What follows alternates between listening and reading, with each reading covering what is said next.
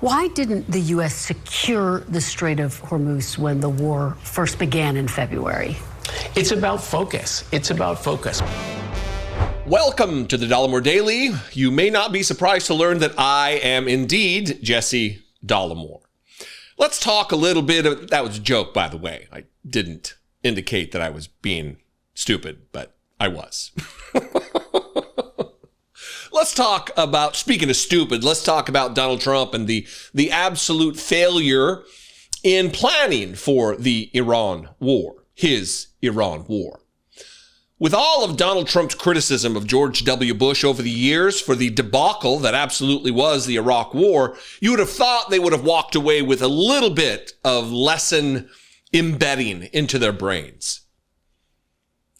In planning a conflict like this, it is the duty, the job, the mission of likely hundreds of individuals in our intelligence operation apparatus in the United States, at the Pentagon itself, who plan for all of the different permutations of chaos that might emerge from a war, from declaring war, from going to war, from a military operation of any scale.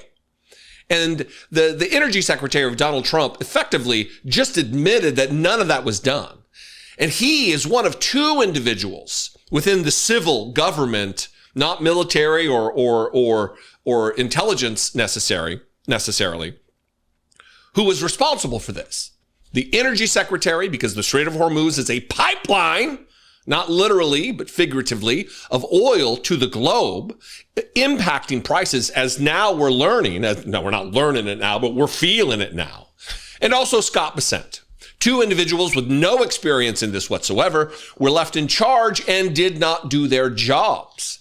Yesterday, Chris Wright was on with Kristen Welker on Meet the Press and was asked two different times a variation of the question. She first asks, who's in control of the Strait of Hormuz? His answer leaves a lot to be desired. And then finally she asks, why didn't the U.S. secure the Strait of Hormuz when the war first started in February? And his answer is an indictment of Donald Trump, of Pete Hegseth, of himself, of Scott Bessent, all around failure while they're declaring victory.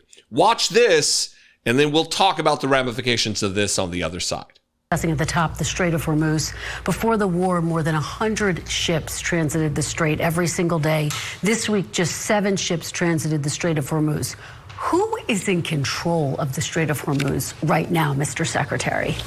Well, the United States has a blockade. We are not allowing any ships to come out from Iranian ports or to go into Iranian ports. Iran, after decades of spending a large percent of their entire economy building a giant weapons arsenal, all to shield their nuclear program, so ultimately they would be untouchable, they have an ability to cause trouble in the Straits of Hormuz, and they are doing it. So is the U.S. in control of the Strait of Hormuz? We are controlling no flow of Iranian ships. We have escorted out several American ships. And if need be, if we don't get to a deal with Iran, we will use military force to open the strait to everyone. Today, traffic through the Straits of Hormuz is challenged. Why didn't the U.S. secure the Strait of Hormuz when the war first began in February? It's about focus. It's about focus. We want to do as quickly as possible take away Iran's military capabilities to defend their airspace and to destroy their industrial complex. We challenged the long-term things first. We needed to degrade their infrastructure, to project terror around the Middle East, to threaten oil supplies in the long run. We'll deal with this. In the middle of the conflict, the thing was about getting the war aims done. Now, as we move back out the other side, is to establish the free flow of commerce. Let's begin with the last part of this, where she asks, why didn't the U.S. secure the Strait of Hormuz when the war first started in February? Because that's the question. That's the question that should be asked. It should be answered. We're entitled to an answer here. Anytime that a war or a conflict begins, again, this gets gamed out. The end state should be entered into with that question in mind. What do we intend to achieve here? What is our end goal? and then they game out all of the different problems that could arise, and the Strait of Hormuz being overtaken by Iran, creating the conflict that is created right now economically, energy price-wise, should have been the very first thing that was talked about, and it wasn't. They failed. They did not do their due diligence. They knew anybody would have come to the conclusion that this was the weakest point relative to Donald Trump's war of choice, and they failed. But the first question, who's in control of the Strait of Hormuz? And he's like, well, the United States has a blockade, blah, blah, blah, blah, blah, blah. That doesn't answer the question. Iran right now is at a strategic advantage over the United States of America in this conflict, in this war. Plainly stated, it's what it is. Because the person who is commanding the most powerful military the earth has ever known is Donald Trump.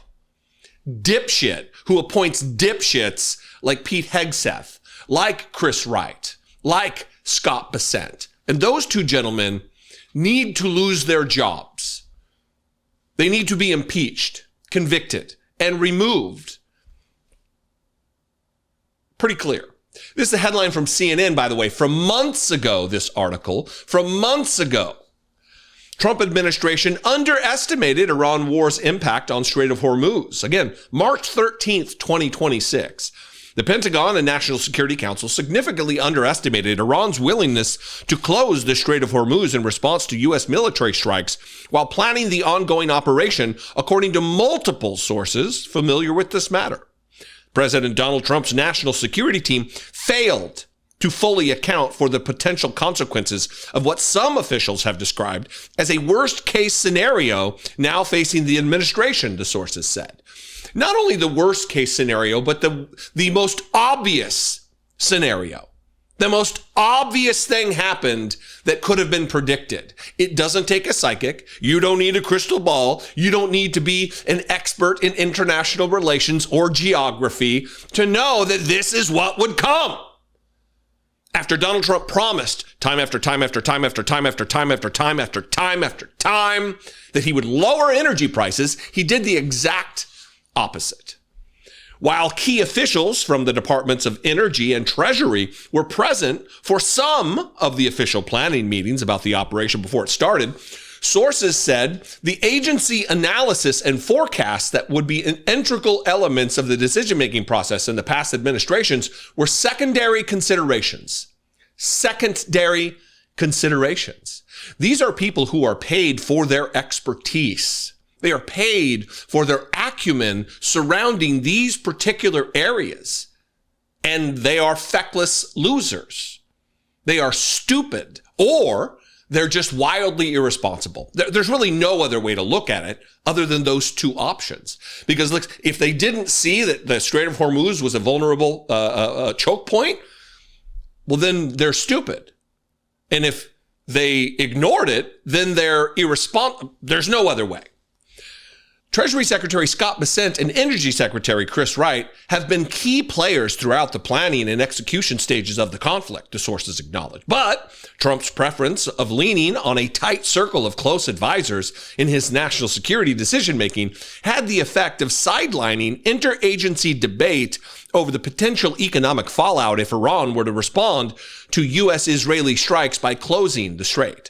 The reality in the strait has left diplomatic counterparts, former U.S. economic and energy officials, and industry executives who spoke with CNN in a state of confusion and disbelief. And here is a quote from one of those experts who is confounded in disbelief. Quote, planning around preventing this exact scenario, impossible as it has long seemed, has been a bedrock principle of U.S. national security policy for decades, a former U.S. official who served in Republican and Democratic administrations said. Quote, I'm dumbfounded. The rest of us aren't.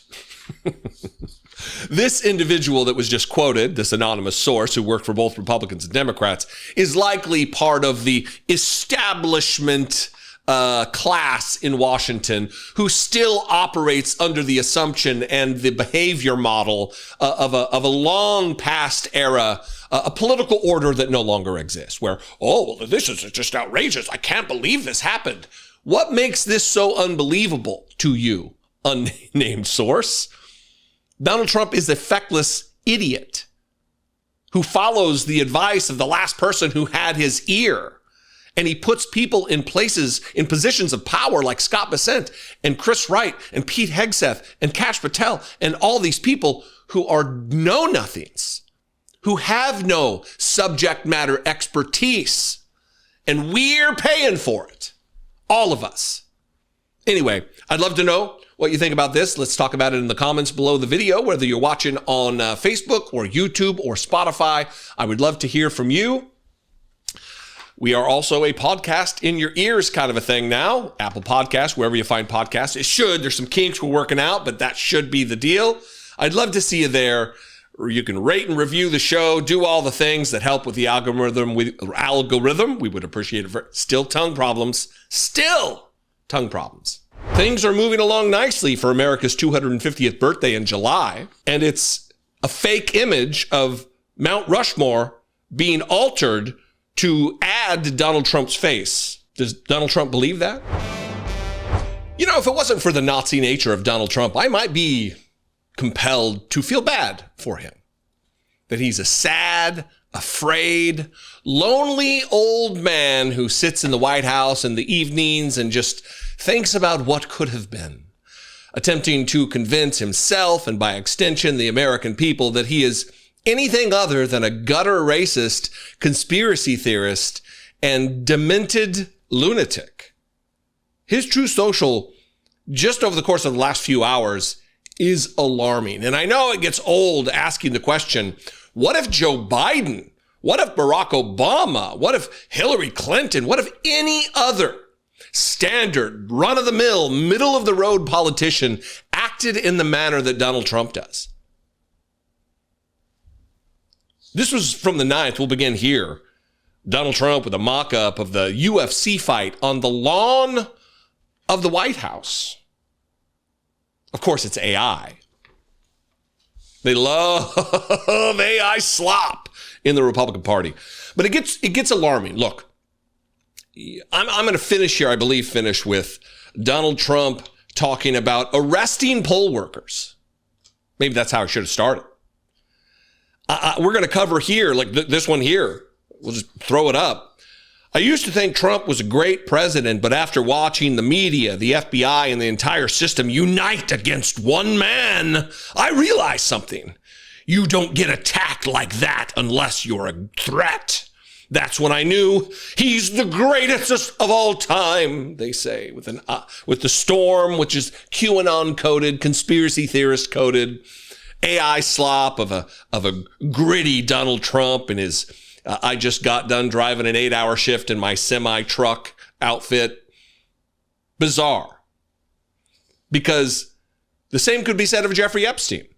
If you just take out Trump and say, I used to think Epstein was just a great guy, but after watching the media, the FBI, the entire system unite against one man, I realized something. You don't get attacked like Jeffrey Epstein's been attacked unless you're a threat. Yeah. The same could be said of James Comey right now with the FBI banging down his door, with the media coming to cover the story. James Comey, he must be onto something. He must be the greatest of all time because of the FBI and the blah, blah, blah. Doesn't make any sense. To get to the point of Donald Trump being sad and afraid and alone, he wants to convince the American people that compared to Joe Biden, the worst president of all time, Joe Biden, of all the presidents, of all the abject failures of presidents of the United States that we've had, Joe Biden is the worst. Not Donald Trump. No, that's this. Trump is without a doubt the greatest president we have ever known.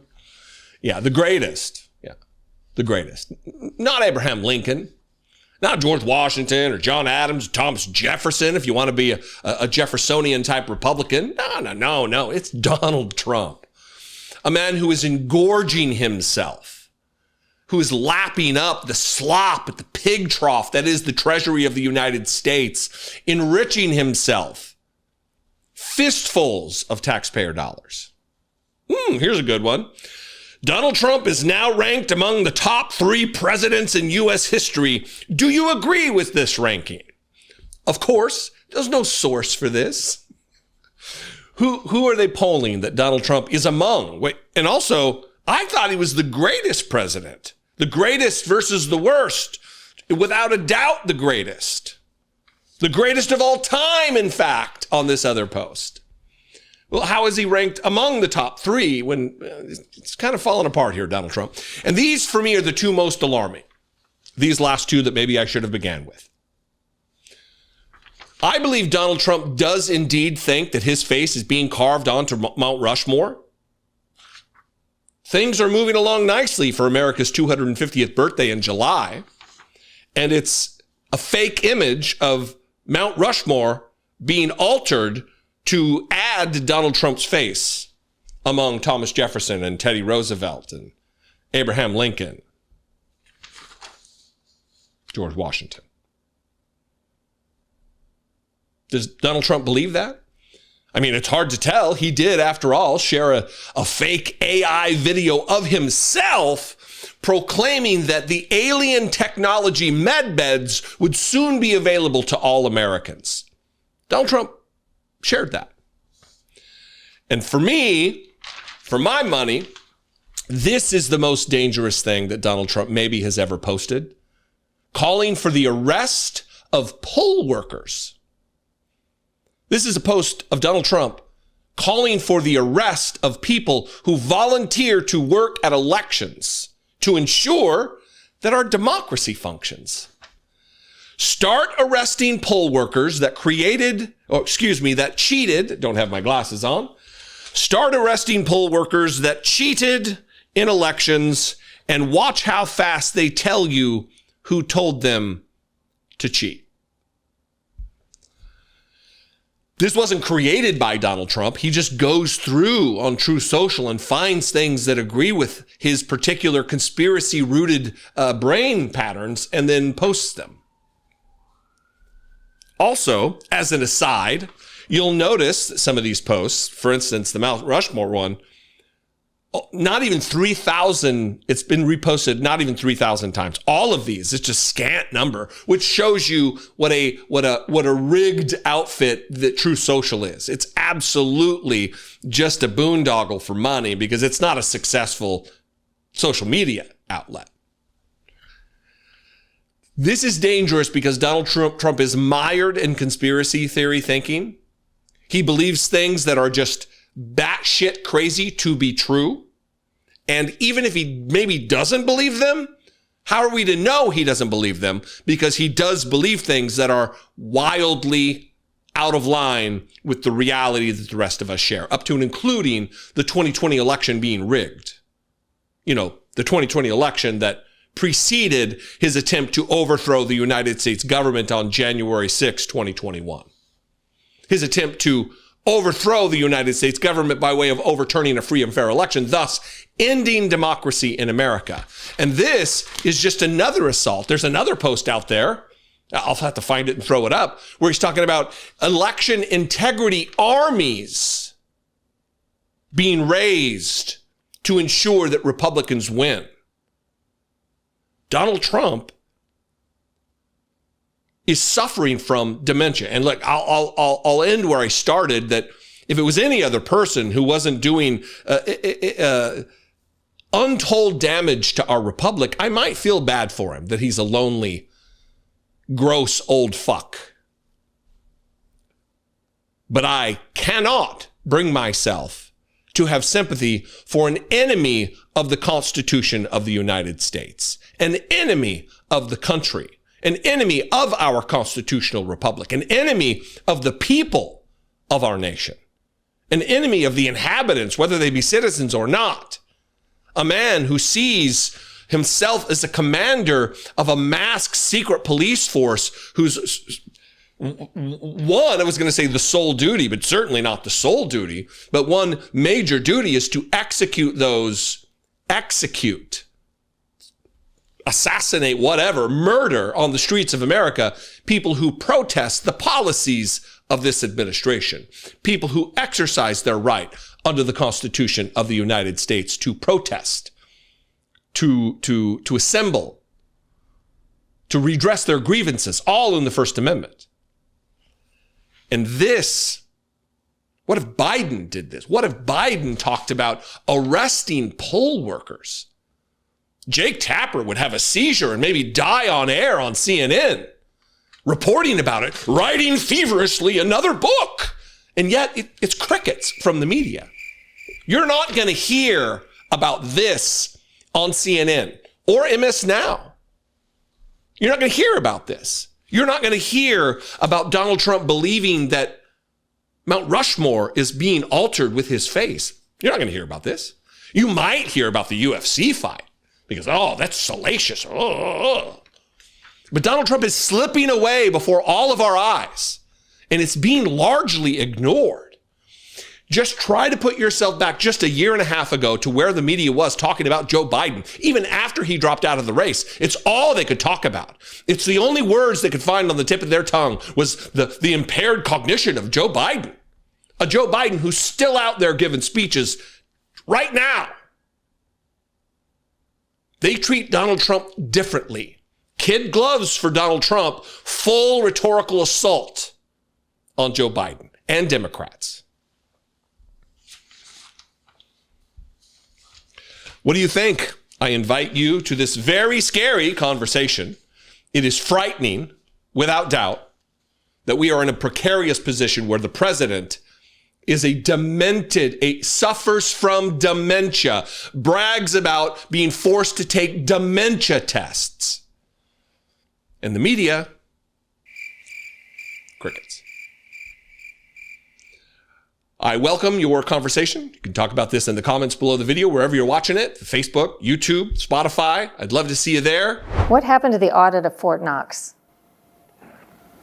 Which one are you talking about? All right, let's ask the question again, one more time.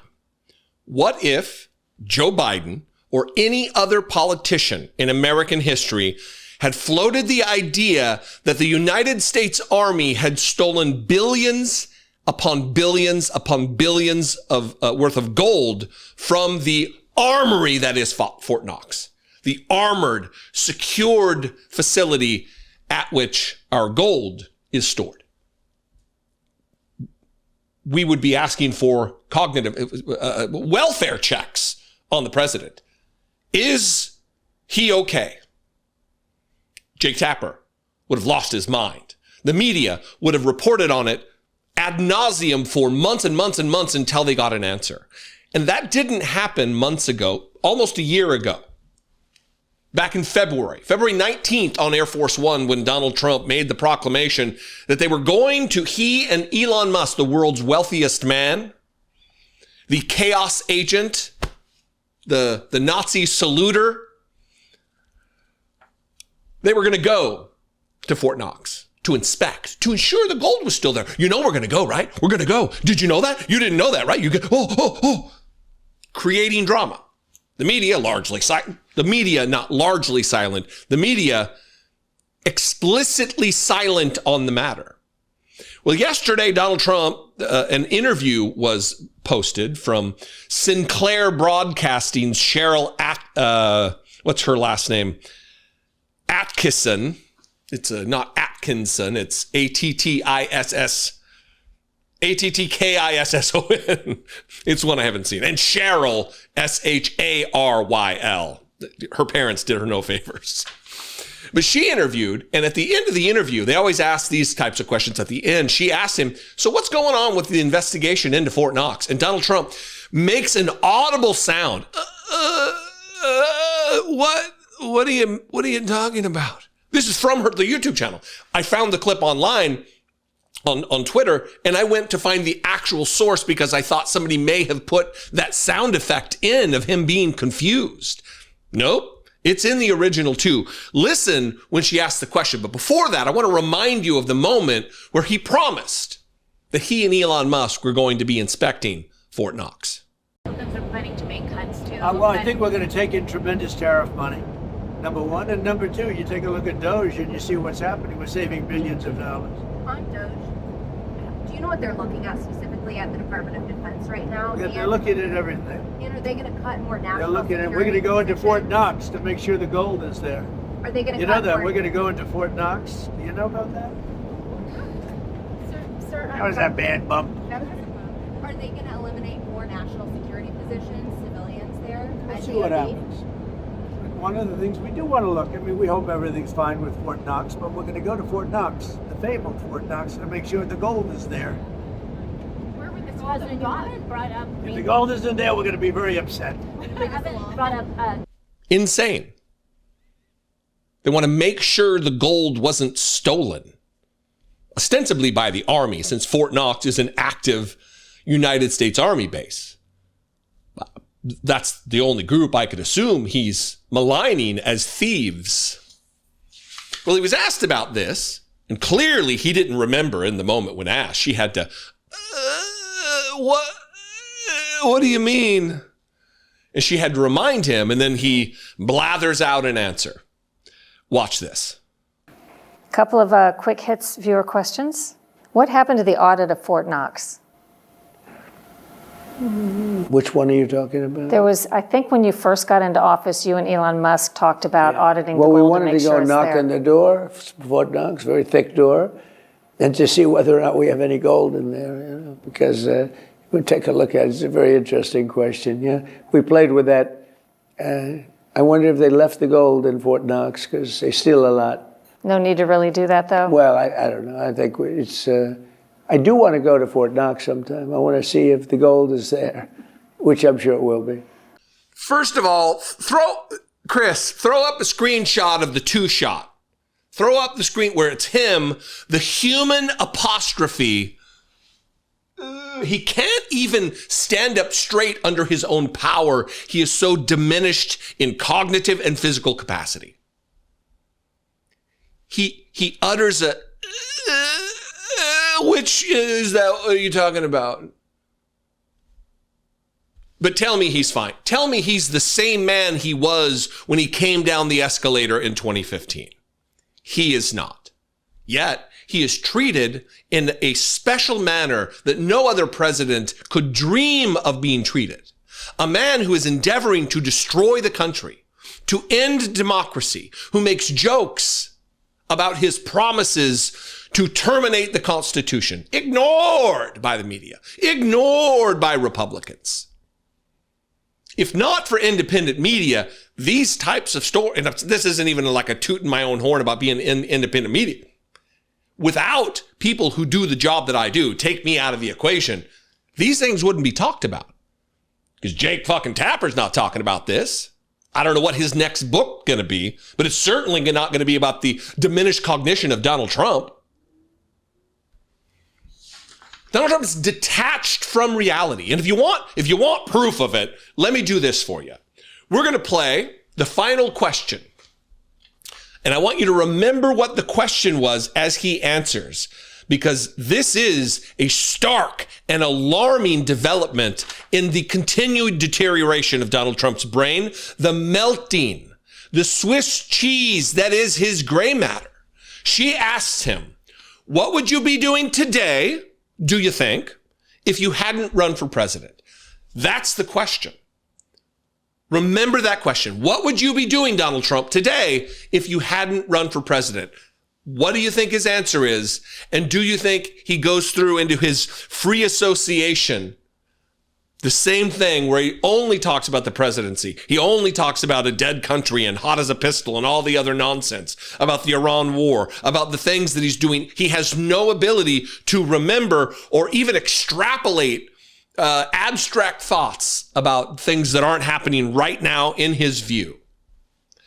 Watch this. What would you be doing today, do you think, if you hadn't run for president? Well, I was really good at building buildings, and I guess I'd be just writing out my life building buildings had I not run. But now that I have become president, and for, I guess you could say, for 9 years, I've been, if you look at it, I had the 4 years, then we had the rigged election. But during that rigged election, we were fighting with these people like more than if I were president. And then we had a great first year as president. I think we had a great first year. I think it's one of the best. I ended 8 wars. And to a point where the woman, a very good woman too, Maria, she received the Nobel Peace Prize, and she said, I received it. The only one that should get it is Donald Trump. I didn't know her.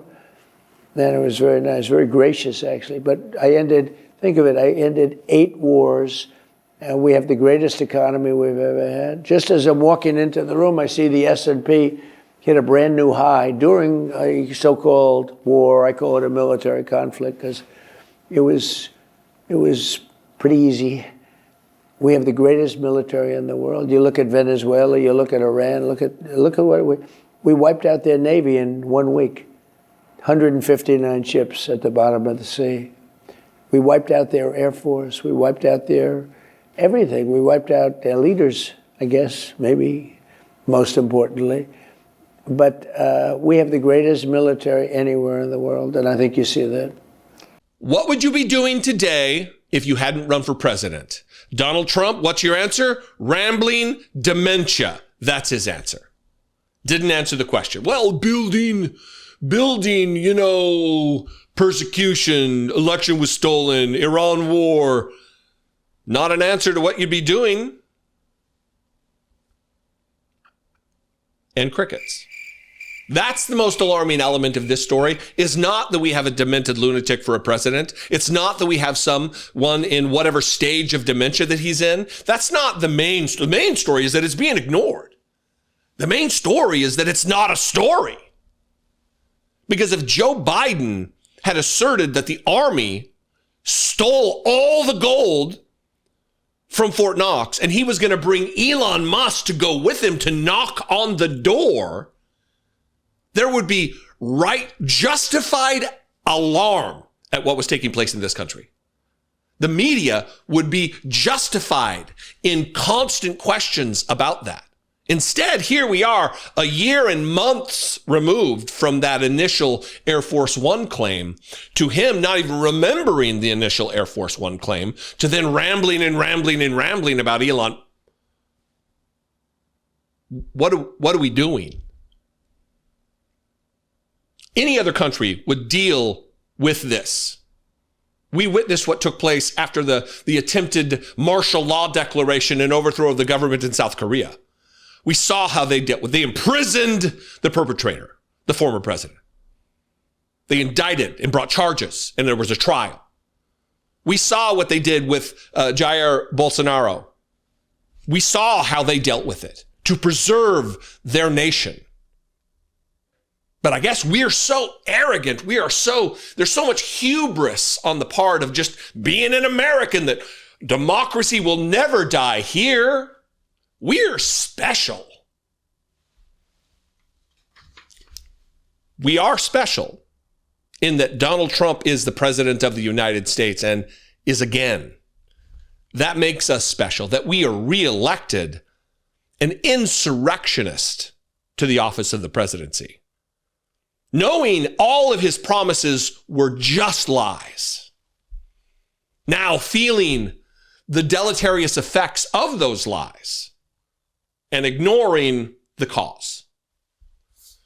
What do you think? I welcome you to this conversation. Let's have it in the comments below the video. If you're on YouTube or Facebook, make sure you're subscribed and that you like and follow on Facebook, the Dollemore Daily. Go on Spotify. You can watch the videos natively there. Make sure that you rate and review or like and give a rating or whatever you do over there. I would appreciate it very much. It very much helps boost this to get recommended among all of the new and existing Spotify podcasts. Something which did not go unnoticed by the fake news media, ! Close parentheses. What? Donald Trump, yesterday evening, in the early evening hours, 6:34 p.m. Eastern Time, posted this insane screed on Truth Social. I'm not going to read it all because I don't got time for that. You don't got time for that. We're not going to do that. But there are several elements within this post on Truth Social that are alarming. And in any other country, in any other time period, would be alarming to the people who should be covering this. The mainstream media, legacy media, who are asleep on the job, who apparently are so pleased by what is taking place, they don't have time to cover the important stuff.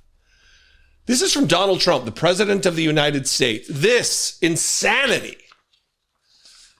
These are the things that I found important enough to put in bold text here. I, quote unquote, love Justice Neil Gorsuch. He's a really smart and good man, but he voted against me. He's talking about the tariff case that came before the Supreme Court. They ruled against Donald Trump. He views that as ruling against him, not ruling on behalf of the Constitution, because as much as conservatives want to act like, oh, the Supreme Court isn't political. John Roberts is quoted, my main regret right now, the thing that really keeps me up at night, I'm paraphrasing, is that Americans think that we're a political entity. They think that we're political operators. That couldn't be farther from the truth. John Roberts. Even the President of the United States expects you to be a political actor. Really smart and good man, but he voted against me. How do I reconcile this, asks Donald Trump. How do I reconcile that the Supreme Court ruled against me, specifically Neil Gorsuch, who Donald Trump appointed to the position, confirmed with the advice and consent of the United States Senate? They were appointed by me and yet have hurt our country with a capital C so badly. They were appointed by me. The reminder, I put you there. It's like a bad Bill Cosby joke that I brought you into this world, I could take you out of it. $159 billion that we have to pay back to enemies. By enemies, he means American companies that imported foreign goods and were thus charged tariffs.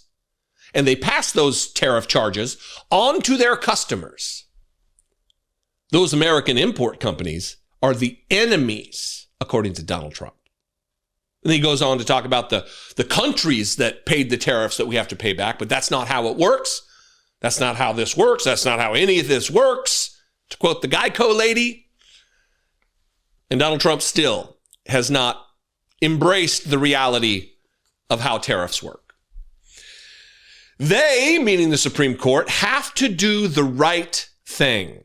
But it's really okay for them to be loyal to the person that appointed them to almost the highest position in the land, that is, a justice of the United States Supreme Court.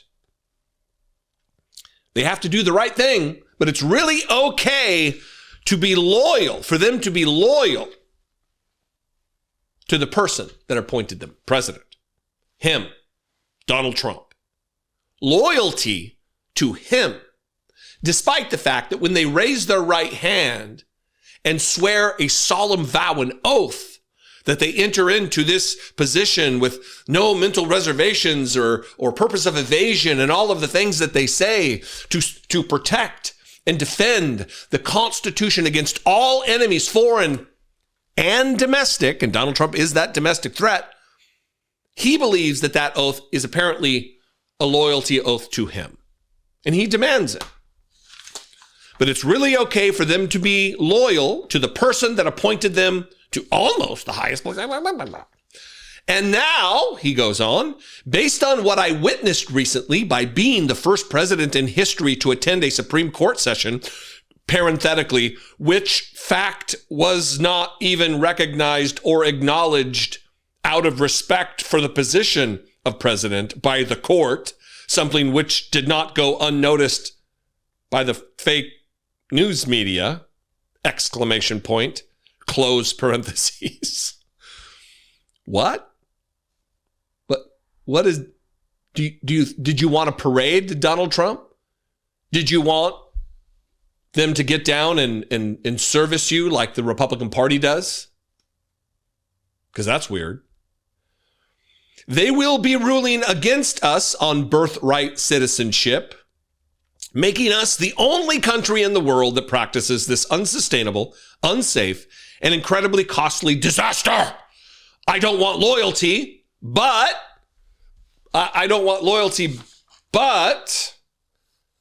it's really okay for them to be loyal to the person that appointed them to almost the highest position in the country. Yeah. Sometimes decisions have to be allowed to use good, strong common sense as a guide. He doesn't want the Constitution to be a guide. He wants what he considers common sense to be a guide. All of this is alarming. All of this will not get the coverage that it needs, not that it deserves, that it requires. Donald Trump is addled. He is demented. He is out of touch with reality. And I don't mean that colloquially. I don't mean that. I mean that denotatively. The dictionary definition of detached from reality is Donald Trump. And largely, we're dealing with him like he's a regular fella. As he demands loyalty, personal loyalty and fealty, as though Neil Gorsuch is a subject of the king, Donald Trump. While John Roberts whines about the view, the accurate view, that they are a political court.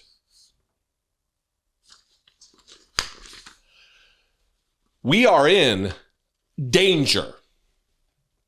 The longer that Donald Trump remains the president of the United States, we remain in danger. Because this is not a man who values the Constitution. This is a man who values his own scatterbrained remnants of thoughts that enter into his Swiss cheese gray matter. This is what we have.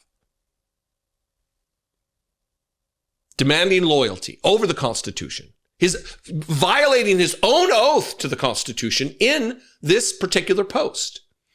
Impeach, convict, remove. Hakeem Jeffries. If indeed you do become the Speaker of the House, if indeed we do take the majority in the House of Representatives, I'll tell you what I demand, and I think millions, tens of millions of Americans demand, the impeachment of Donald Trump. The forwarding of a trial to the United States Senate, the conviction in the United States Senate by 2/3 of the Senate, and removal from office. And then as a cherry on top, can we do a cartoon graphic? Boop. A cherry on top would be to vote that Donald Trump is disqualified from holding the honor of public office, federal office, for the remainder of his days, which won't be long because of, the dying in his sleep thing. What do you think? I welcome you to this conversation. Let's have it in the comments below this video. I would love to hear from you about it. Some of the most important things happened over the weekend that we're not going to hear about from mainstream media. That is why independent media is so important. That is why what I believe that I have ended up doing is important. And you can join me by producing this show for $2 a month. Click the join button below the video on YouTube and become a channel member. The better way, though, is patreon.com/IDoubtItPodcast. For $2, $3, $4, $5, $6, $10 a month, you can help produce this content, as well as all the content on Brittany Page's channel, as well as the podcast that we do together. All of that is supported by Patreon, and I would appreciate your participation very much. It would mean a bunch to me. If there's somebody else out there that does more for you, support them. There is a deficit of support in independent media right now, and it could be remedied with just a little bit. The fact that he's using the low IQ slur against black people specifically 60% of the time is remarkable.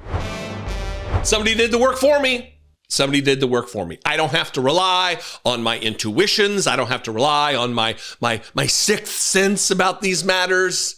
All of the hundreds of tweets that I have talked about, posts on True Social, not tweets. You think I'd get that right after hundreds of times.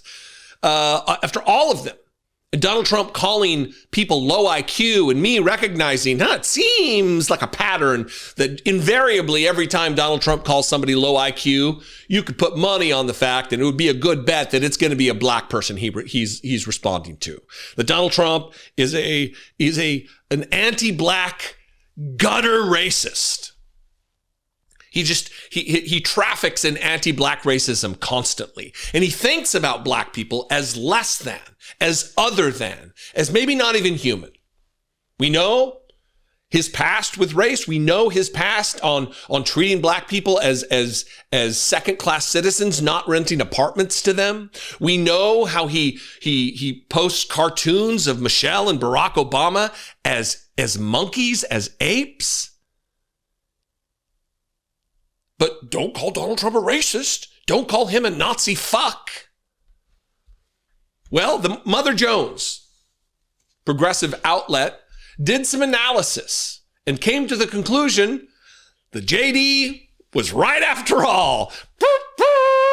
Except they have a figure. They quantified exactly how many of the times that Donald Trump uses the phrase low IQ against people, what percentage of the time he's talking about a black person. And I want to share with you that number, but also I'm going to tie it. We're going to use Donald Trump's math to prove that it is an overwhelming number, a landslide, if you will. Here's the headline from Mother Jones. Is Trump a racist? Let's look at the stats. Whom does he call low IQ the most? As has been observed by others, Trump often hurls the low IQ insult at black people. For some, that's a sign he's a racist. There certainly are others. His family real estate business was sued in the 1970s by the Justice Department for racial discrimination. He exploited the racially charged case of a Central Park 5 in 1989 when 5 black and Latino teenagers were wrongfully convicted of raping a jogger. He peddled the racist and fraudulent birther conspiracy about Barack Obama. People who worked with him on The Apprentice say he used racial slurs, including the N-word. He referred to Haiti, El Salvador, and African nations as shithole countries. He called on Democratic congresswomen of color to go back to their home countries. He characterized Mexican immigrants as criminals and rapists during a 2020 campaign debate. He refused to condemn white supremacists. That didn't go hard enough. That did not bring accuracy enough for my taste. He refused to disavow the endorsement of the former Grand Wizard of the KKK, David Duke. It's not just condemning white supremacists. He has appointed people with racist records and ties to white nationalists. He shared a video on social media that depicted Barack and Michelle Obama as apes. I'm going to skip. I'm going to put a link to this article. You can find it and read the entire thing. I would suggest you do so, but I only have one other paragraph I'm going to read from. This team examined his Truth Social post for the past 4 years, ending on April 10th. In that stretch, Trump called individuals and communities low IQ at least 50 times. And 60% of these instances involved black public figures and legislators. These targets included Vice President Kamala Harris, Representatives Jasmine Crockett, Maxine Waters, Ilhan Omar, and Rashida Tlaib, and the Reverend Al Sharpton, New York Attorney General Letitia James, and political strategist Donna Brazile. The white people he excoriated in this fashion included Joe Biden, Tim Walz, Liz Cheney, and Robert De Niro. 60% of the times that he uses the moniker low IQ, he has associated it with a black person. 60% of the time. Some would call that a landslide of times. How many times has Donald Trump referred to his election in 2024 as a landslide? Let's do this. What was the actual percentage of his win in the popular vote? Donald Trump got 77,303,568 votes for 49.81% of the population. Not even a majority of the country voted for Donald Trump. He didn't get a majority of the votes. 75,019,230 for Kamala Harris, 48%, 48.34%. The difference there is 1.47%. Not even 1.5% he won by. But he calls that a landslide. 1.47% is a landslide to Donald Trump. So what's 60% of the time? What is that?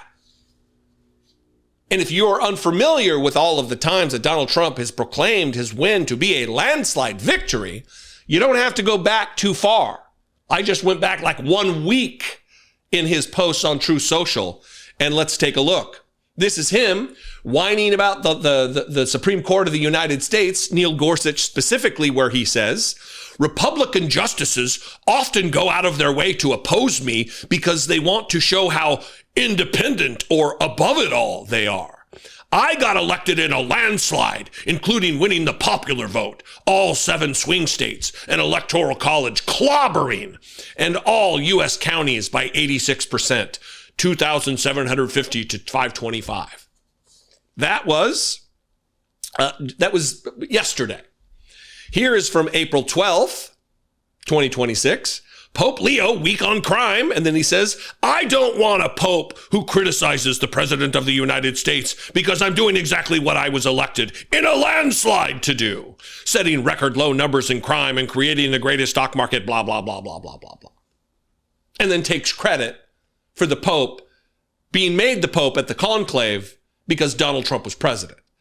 Donald Trump, the addled dementia patient, is claiming credit for the new pope being named. Everything has to do with Donald Trump. Yeah. Landslide. Here's one, April 2nd. Oh, April 2nd. So a little bit longer than a month ago, right? Donald Trump talking about Bruce Springsteen and happens to bring up the landslide thing. Bad and very boring singer, Bruce Springsteen, who looks like a dried up prune, who has suffered greatly from the work of a really bad plastic surgeon, has long had a horrible and incurable case of Trump-the-Regular syndrome, sometimes referred to as TDS. The guy is a total loser who spews hate against the president, who won in a landslide, including the popular vote, all 7 swing states and 86% of counties across America. 1.47% was his landslide.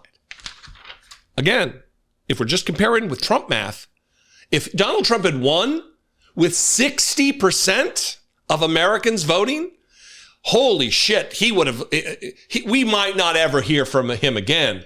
He would just reside in the residence of the White House, talking about the yammering and rambling and mumbling to himself about the landslide victory.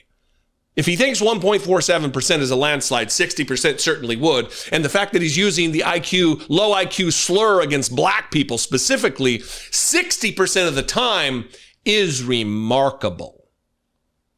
Donald Trump is a gutter fucking racist, a white supremacist, the leader of the most powerful white supremacy organization on the planet, the Republican Party, replete with support from Nazis, replete with endorsements from the former Grand Wizard of the Ku Klux Klan. Thank you. I think it was David Corn, Mr. Corn, Stephen or David, I don't remember. David Corn, not Stephen. He wrote this, and I appreciate it very much for doing the legwork, finding the stats nerds to go through and find out the actual number, that I'm not crazy, that my intuitions hold up, my instincts hold up after all of the times talking about Donald Trump's gutter racism, attacking of black people as stupid, as less than. Maybe it would be a good idea for the mainstream media to wake up and start doing the job they're covered under they're protected by the Constitution to do. Maybe, just maybe. Anyway, what do you think? I welcome you to this conversation. Let's have it in the comments below this video. You can also call the voicemail line, 714-576-4054. And of course, as always, you can email me, daily@dollemore.com. I will see you next time, or more accurately, you will see me next time. And more accurately, if you're watching, you will see me next time. Be genuine and take care of one another.